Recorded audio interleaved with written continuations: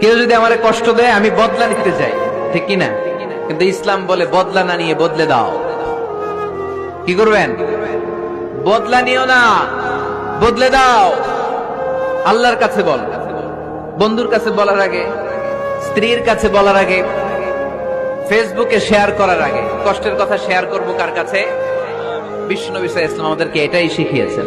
এই শিক্ষার মধ্য দিয়ে গোটা বিশ্বকে তিনি চেঞ্জ করে দিয়েছেন। তার নাম মুহাম্মদ।